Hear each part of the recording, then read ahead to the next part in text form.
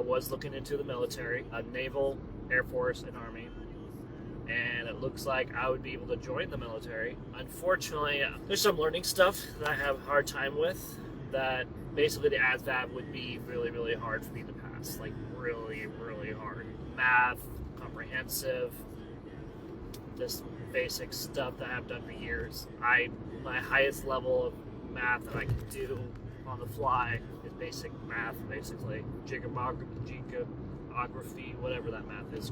More complicated math I can't do. It's just something I've tried to do. I had a hard time in high school. I had a hard time after high school. I had a hard time with Job Corps. And I need to focus for about 2 seconds. So give me a second, y'all. It's been really icy roads lately, so I need to slow down for a second. Turn off that. The other thing is, you're probably asking, okay, why the military? The truth is, I'm not getting any younger.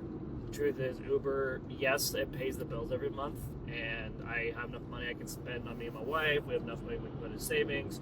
It's great. Here's the thing. I can't build a future with it, though. No matter how many hours I work, no matter how hard I work. Month test to see if I make more with KBS than I would with Uber, and I make more with Uber. We did get our taxes, almost all of our tax forms in. We're going to be doing that. Looks like we're going to be paying about $6,000. So that's going to be great to try to handle and deal with. Hopefully we can set up a payment plan, because we're not going to be able to pay them straight up $6,000. That's just not going to happen. So I'm hoping that if everything goes well, we can figure out something. That's the other reason why I'm putting down Uber. I Ubered for an entire year, $6,000, and I didn't save a single penny. I literally couldn't. Every penny I made with Uber or any job I had went straight into this car's repairs, into our home, or into our life, taking care of ourselves. A little bit of money when it made a difference, but it was a little bit of money that we should have used for putting to savings. Instead, we used it to go out to eat with our church family, or we used it to go on dates, or take care of any miscellaneous stuff. Oh yeah, I'm changing jobs because I realized that Uber's not working, and then I'm back at Uber.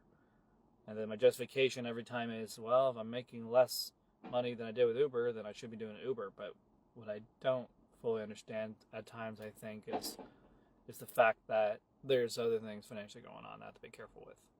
Like, for instance, since I worked from March till the end of December, I owe over $6,000 to Uber. Or sorry, not to Uber, to my taxes. Yeah, that's going to be fun to deal with. I really think there is a career here to be made. Just the fact that the interview went flawlessly, and it went a month before I can make my next Sky Zone report. See how long this goes. Honestly, I'm going to be honest, I feel really hopeful about this job.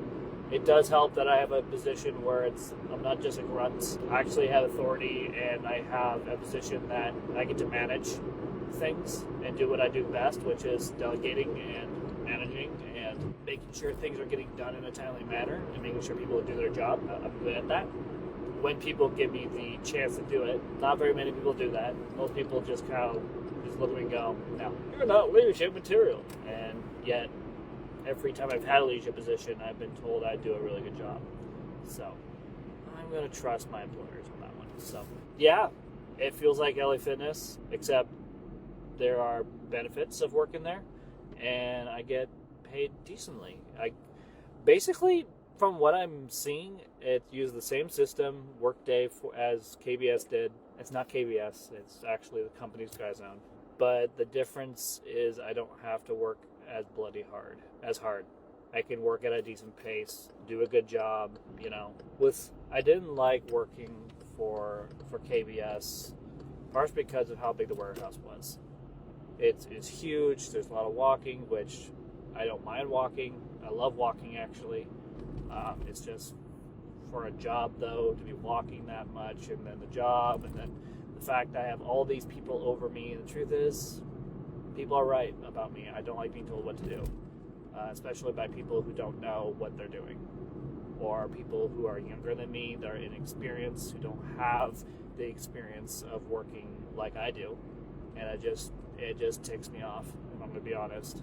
It just ticks me off working underneath people who don't have a single freaking clue how cleaning works. And, I get it with the uptightness, being professional and doing our job and all that. I get that. I totally get that. As an Uber driver, I have to be professional all the time. When I work for Ronar, I have to be professional all the time. When I do anything with Alethea Digital Media as a PA, when they have work for me, which is never, I have to be professional. It goes on and on. Things I have to do that are professional. But there's a point where it was taken too far.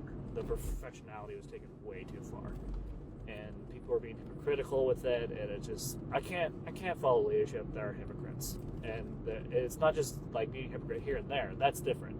But consistently, all the time, the hypocrisy. They expect us to work and take our breaks at certain times, and yet they would do quite the opposite. They just did whatever they wanted as leads, and that's not how leadership works. In order for people to follow you as a leader, you need to lead by example and do everything you say you want them to do.